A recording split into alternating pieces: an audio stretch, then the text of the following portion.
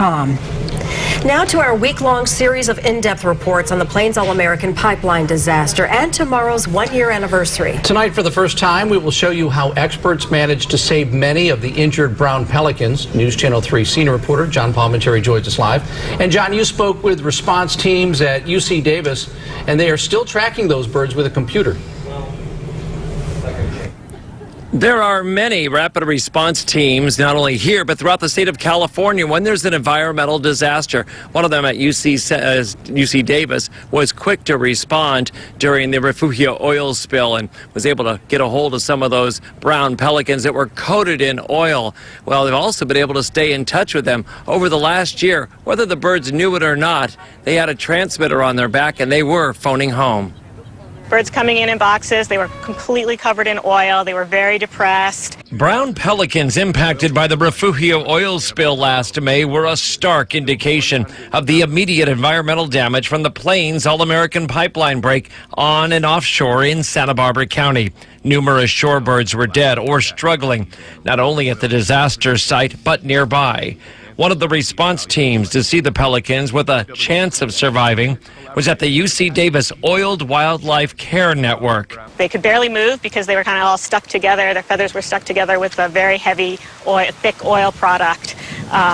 And from the beginning, we got a lot of pelicans. It was really affecting the brown pelicans. Most of them were located on the beach. We not only responded to calls from the public who saw them, but we sent out trained teams to places where we know birds tend to congregate or where people typically see these animals. Dr. Christine Fiorello and the response team came up with a cleaning plan for this type of oil. We actually used a solvent to soften that oil called pre-treatment. So we pre-treat them for about half an hour, and then we take them in and wash them. Once the oil was removed, the birds were given a few more weeks at the facility. Then 12 of them were wired with tiny solar-powered tracking transmitters that were attached as a mini backpack. Last June, some were released at Goleta Beach, and it didn't take long for them to find some of their usual spots here and elsewhere on the Central Coast, where they were also sending back their location signals. One of the hot spots was in the area of the Santa Barbara waterfront.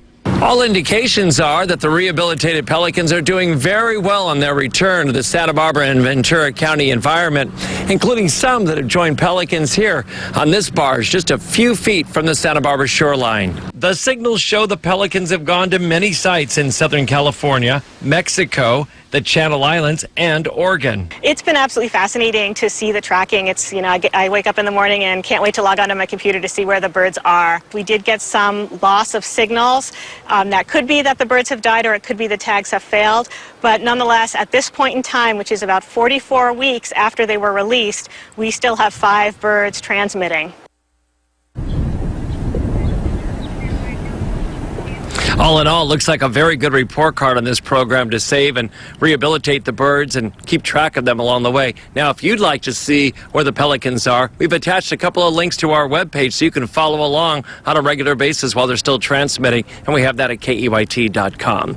Reporting live from the Santa Barbara Harbor this evening, where there's quite a few pelicans out tonight, I'm John Palminteri, News Channel 3. Okay, really exciting to see. Thanks, John.